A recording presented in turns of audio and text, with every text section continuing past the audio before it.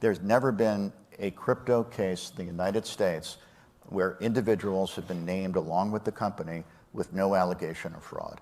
They did it in our suit. Why did they do it? To try to bring us to our knees and surrender, and we didn't. So we fought them, and we won in a very important way. What the judge ruled on July 13th was that the digital asset XRP is not in and of itself an investment contract, because it doesn't embody those bundle of promises that you need to get to an investment contract. That's huge. That was the gut punch to the SEC. That took the wind out of their sails for their entire campaign of regulation by enforcement. They hate that ruling because it destroys their narrative. The United States is still the largest economy in the world. It still has massive influence. It still is very fertile ground for entrepreneurs, engineers, people with bigger brains than me. So you would like to see the U.S. come along, and that's why I think at the end of the day, it does matter. The U.S. has to get it right.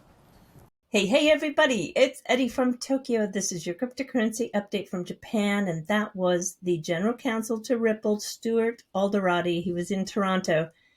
And, look, it's utterly ridiculous. We have this tweet from Charles Gasparino posted in the last hour.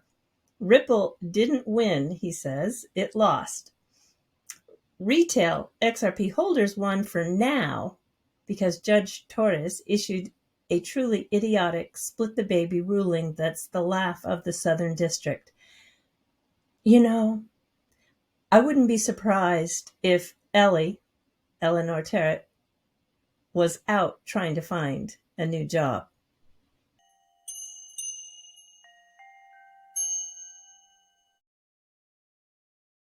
The XRP ETF that was filed has been removed from the Delaware website. So now we know for sure that was fraudulent. But BlackRock filed another ETF today. We'll have a quick look at the market, see who is really performing, and also bring you a little bit of a sneak preview to someone very special that I interviewed last night. Bitcoin, at the time of this recording, is sitting at about the mid $36,000 range. But what I want to point out here is AVAX, up 19% on the 24-hour.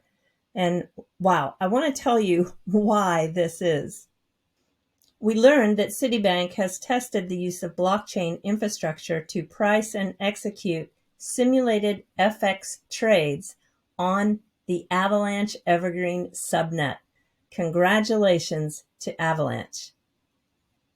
Panos, who's one you really need to follow on X, has a tweet. It's one of 20 that tells us about the XRP Ledger and Avalanche consensus protocols have the best designs and the potential to lead the industry over the long term. I suggest you seek this out. The new ETF by BlackRock today is iShares Ethereum Trust. Yeah, we knew it was coming. And Stephen Nerayoff, he did put out the NFT, but there's a little bit of a glitch. And I did send him the screenshot that shows up for about 3 seconds, but then goes to a 404 code. And he says they're working on it. I can't wait to see this. Now, I want to play for you a conversation that I had live on the Good Morning Crypto show about Stephen Nerayoff and this NFT. Have a listen. I want to bring out one really important thing that I think has not been mentioned and people are missing. What is so groundbreaking in this situation is that we are seeing breaking news being delivered in an NFT. Great point. Can you think of any other breaking story that has been delivered in the form of an NFT? That is incredible.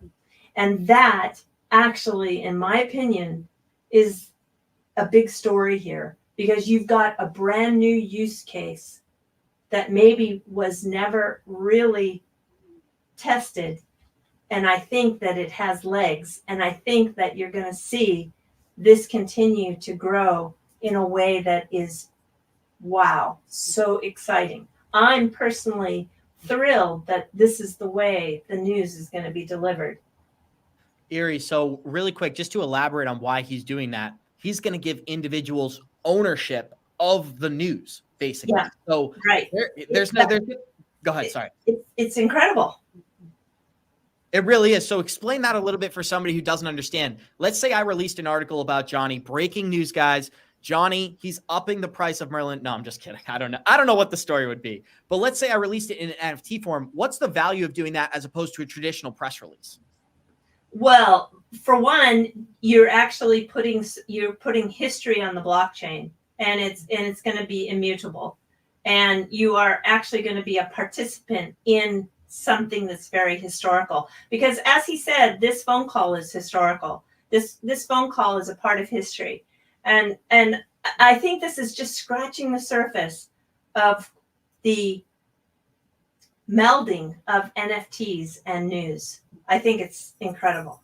Johnny Crypto, I want to get your reaction as well, but this is my friend in the live chat here. Shout out to Dusty. He said Nerayoff will be ignored. It will be swept under the rug, and Ethereum fanboys will not care as long as they get their money. The media will all be in on the narrative. And, you know, I think that, Eri, I'd like you to respond to that actually, because I think it's likely, and this is the unfortunate reality of the market right now, is that money talks and BS walks. It's like Johnny says, this is the Italian mafia out here. And until the relationships are exposed, we're going to have to deal with the consequences. Yeah, I don't think I'm personally, Ethereum is code. It's good code. It has smart contracts.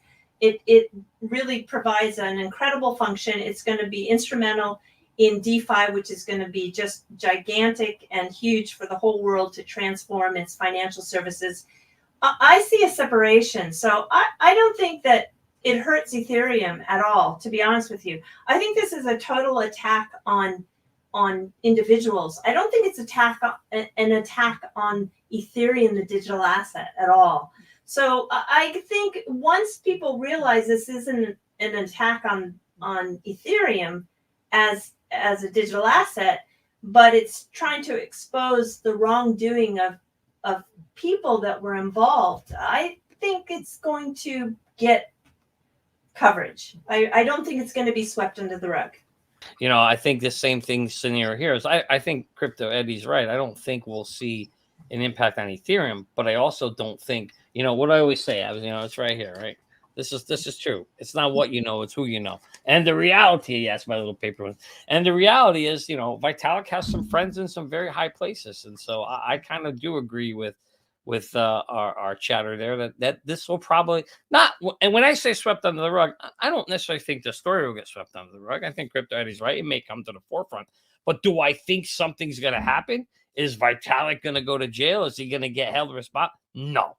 But do I think something big is going to, you never see anybody being held accountable for their crimes anymore. So I don't know, Abs. We'll have to wait and see. At least Stephen Nerayoff will have the truth out, and he will be, and for his life and for which was turned upside down when he was thrown in a van, and really just unbelievable what happened to him.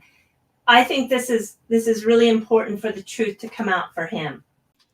And to finish off this video, I'm going to let you take a quick peek at who I had a conversation with last night. And I hope that this gets uploaded before the weekend.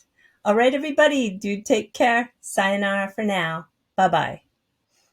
This week, I had the distinct honor of engaging in a captivating conversation with none other than Jasmine Cooper, the luminary lead product manager at Ripple. Her team is in the relentless pursuit of shaping the future landscape of decentralized financial products and services. My conversation with this architect of the decentralized tomorrow delves into the very heartbeat of the XRP ledger. Enjoy.